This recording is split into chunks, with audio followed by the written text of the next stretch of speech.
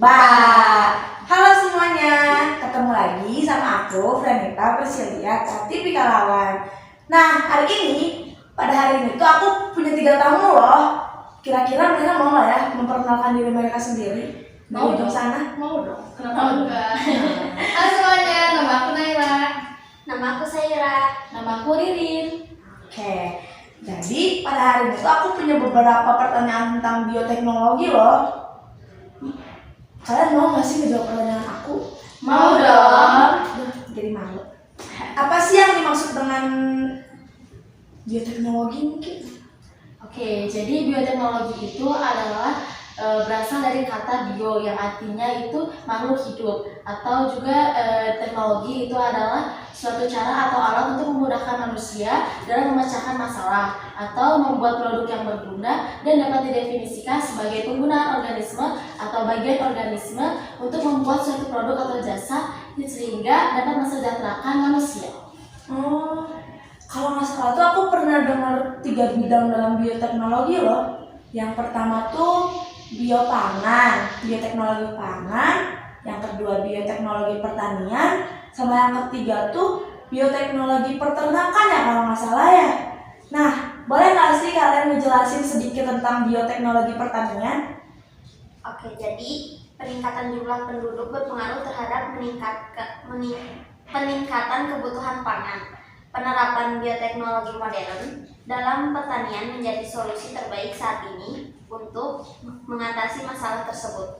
Penerapan bioteknologi modern dalam pertanian berpotensi meningkatkan produksi tanaman budidaya dan mengurangi pemakaian bahan kimia berbahaya seperti pestisida.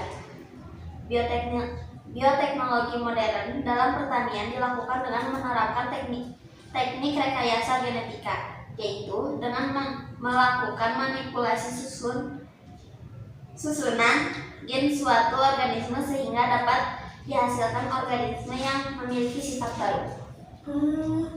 Manipulasi susunan gen dapat dilakukan dengan cara apa sih? Dengan cara menambah gen suatu organisme yang diambil dari organisme lain atau dengan menghilangkan gen tertentu dalam organisme tersebut. Tanaman yang susunan gennya telah dimanipulasi disebut dengan tanaman transgenik. Saat ini, telah banyak tanaman transgenik yang sudah dikembangkan, misalnya jagung, padi, kedelai, tomat, dan pepaya. Tanaman transgenik lain yang telah dikembangkan adalah beras yang mengandung zat besi dan vitamin A. Gitu ya. Sama satu lagi mungkin ya, dua salah. Beras yang mengandung vitamin A itu disebut apa sih? Jadi disebut dengan golden rice. Oh, golden rice. Kenapa nggak dibilangnya silver rice atau yellow mungkin? Nah, jadi karena warnanya yang keemasan dikarenakan kandungan beta karotennya yang tinggi juga. Oh, kira-kira cara pengembangannya atau pengembangannya itu kayak gimana sih? Nah, jadi dikembangkannya dengan cara mengambil pengkode pembentukan provitamin A atau beta karoten pada tanaman wortel atau pada tanaman yang lain. Lalu kita menyisipkannya ke dalam gen tanaman tadi. Nah, saat kita mengonsumsi golden rice, provitamin A yang terkandung dalam beras tersebut akan diubah oleh tubuh kita menjadi vitamin A. Nah, tahu nggak sih kalau golden rice itu memiliki potensi yang sangat besar untuk mengatasi masalah kekurangan konsumsi vitamin A. Aku belum tahu nih, baru tahu sekarang. Nah, jadinya pelajaran baru buat kamu kan? Benar. Bukan buat aku doang dong, buat yang lain juga nggak sih? Oh iya, betul juga sih. Nah, aku punya satu pertanyaan terakhir deh. Kan tadi tuh kita udah membahas tentang pertanian nih. Sekarang aku tuh mau tahu tentang peternakan nih. Apa sih yang dimaksud dengan bioteknologi peternakan? Oke, jadi selain dalam bidang pertanian tadi, bioteknologi juga banyak diterapkan dalam bidang peternakan, yaitu dengan dikembangkannya hewan transgenik melalui teknik rekayasa genetika.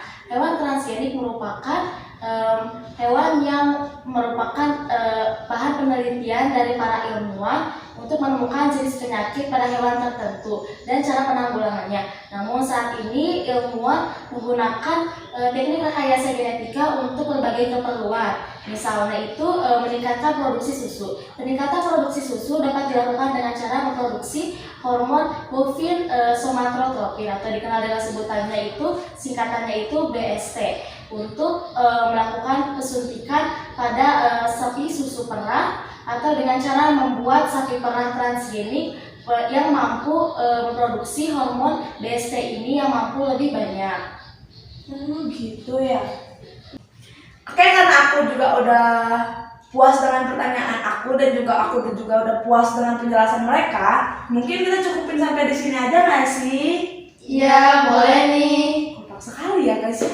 Nggak apa-apa. Jadi aku juga berterima kasih sama kalian karena udah ngebagi waktunya ya buat sesi Q&A, mungkin bisa dibilang kayak gitulah ya. Terima kasih ya. Jadi sekian dari kami. Terima kasih. Dadah. Terima kasih.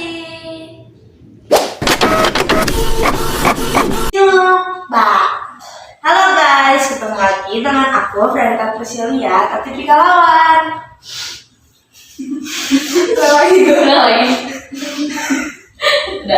Boleh nggak sih diceritain sedikit apa itu bioteknologi? Mungkin Syaira bisa jawab? Jadi, iya saya bisa jawab. Jadi peningkatan jumlah penduduk berpengaruh terhadap Memproduksi hormon BST yang lebih banyak. Nah itu yang tadi pertanyaan-pertanyaan dan jawaban-jawabannya sekiranya mungkin jelas, kalau nggak jelas silahkan. Diam dulu Coki.